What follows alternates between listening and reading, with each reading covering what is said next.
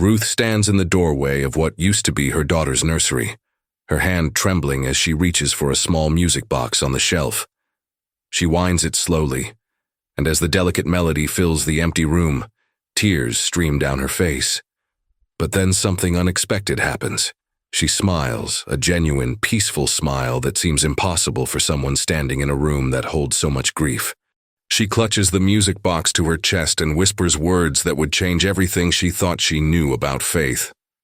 What her 18-month-old daughter taught her in those final moments would shatter every belief she'd held. If this story touches your heart, please hit that like button and subscribe to hear more incredible true stories.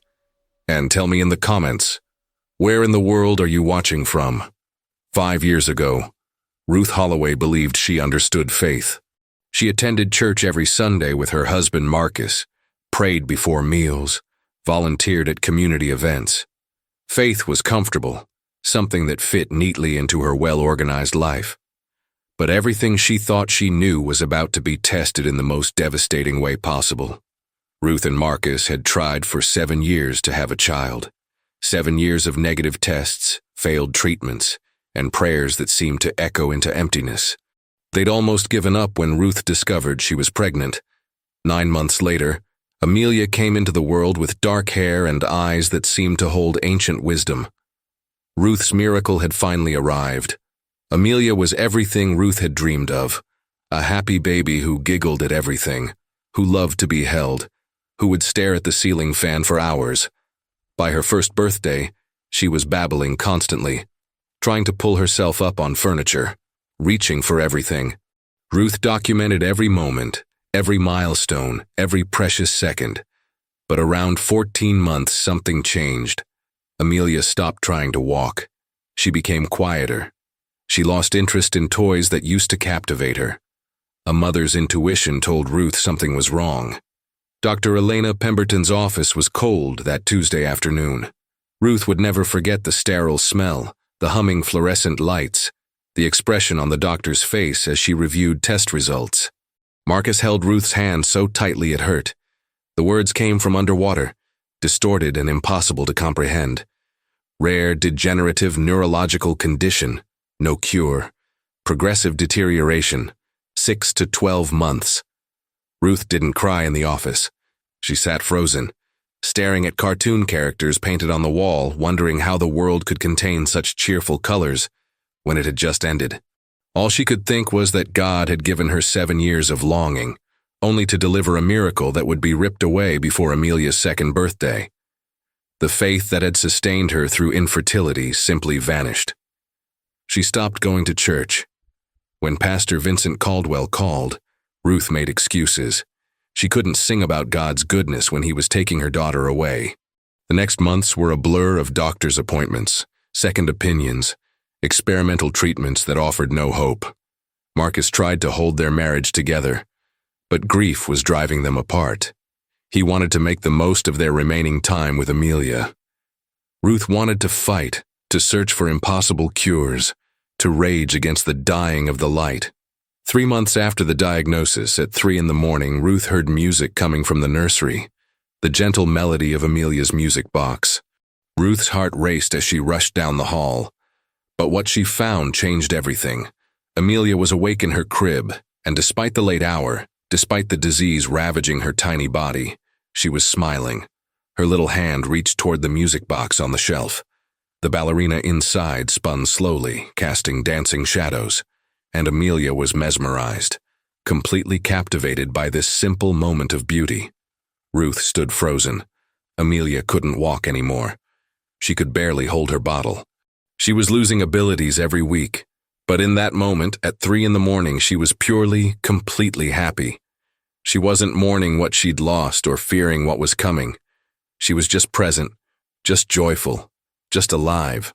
Ruth sank to the floor beside the crib, tears streaming. How could her daughter be happy? How could she find joy when everything was falling apart? And then it hit her. This was faith. Not the comfortable Sunday morning faith she'd known before. This was something deeper, something that existed independent of circumstances, something that found light even in the darkest valley. Her 18-month-old daughter, who couldn't even speak in full sentences, was teaching her what faith actually meant. From that night forward, Ruth began to see Amelia differently. She started noticing small moments of joy, the way Amelia's face lit up when Marcus came home, the way she giggled when their cat rubbed against her hand, the way she hummed along to songs even when she could no longer form words. Jade Patterson, Amelia's nurse, said something Ruth would never forget. "Amelia teaches me more about living than I could ever teach her about medicine. She doesn't waste a single moment on fear. She just loves what's in front of her." Ruth started keeping a joy jar, writing down every beautiful moment. Amelia laughing at Bubbles. Amelia falling asleep holding Ruth's finger. Amelia's eyes tracking a butterfly outside the window. Each slip of paper was a testament to a life fully lived, regardless of its brevity. She and Marcus stopped fighting. They started grieving together, choosing to be present with their daughter rather than raging against what they couldn't change. They returned to church, but Ruth's prayers were different now. She stopped demanding answers and started seeking presence. Pastor Caldwell visited, and this time Ruth didn't turn him away. "Sometimes faith isn't about understanding," he said. "It's about trusting that you're not alone in the darkness." As Amelia's condition progressed, hospice care began with Nurse Gregory Tate. Amelia's godmother, Sienna Vaughn, organized celebration days where friends and family would gather to be present with Amelia, to play her favorite music, read stories, love her. These gatherings were bittersweet, but everyone chose joy anyway. The end came on a Tuesday morning in autumn. Sunlight streamed through the nursery windows.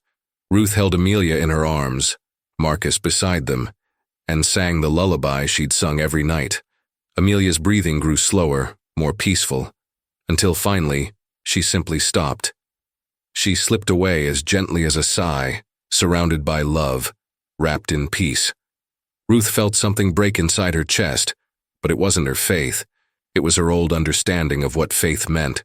In its place was something new, forged in fire, something that could hold both grief and gratitude at the same time.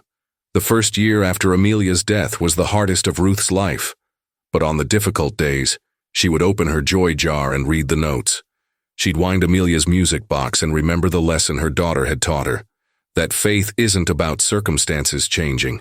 It's about trusting God within whatever circumstances you're given. 2 years later, Ruth started a support group through her church with Deacon Harold Myers. She shared Amelia's story, shared what her daughter had taught her about faith. She watched as other grieving parents began to find their own path through the darkness.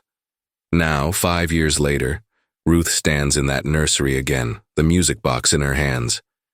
She's transformed this space into a memory room, filled with photos of Amelia's short but profound life. But there's also light here now. Windows she keeps open to let in fresh air and sunshine. A space that honors grief but doesn't dwell in it.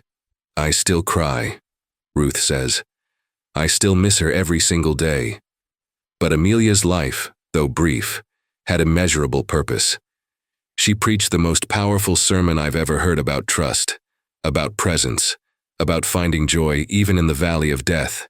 "Amelia taught me that faith isn't the absence of pain," Ruth says, her voice steady. "It's the presence of hope within it. It's not believing that God will change your circumstances. It's trusting that God is with you, no matter what. It's not about getting the miracle you want. It's about recognizing the miracle in what you have, even when what you have is breaking your heart." She winds the music box one more time. "My daughter lived 18 months, but her impact will last my entire lifetime. She couldn't walk or talk, but she could love. She could be present. She could find joy in a music box at 3 in the morning, and she showed me what faith actually looks like." Ruth turns to face the camera directly.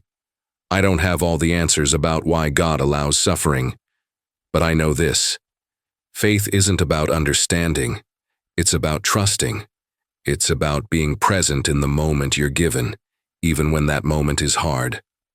She smiles then, that same smile from the beginning. "Thank you, my sweet Amelia. Mommy finally understands."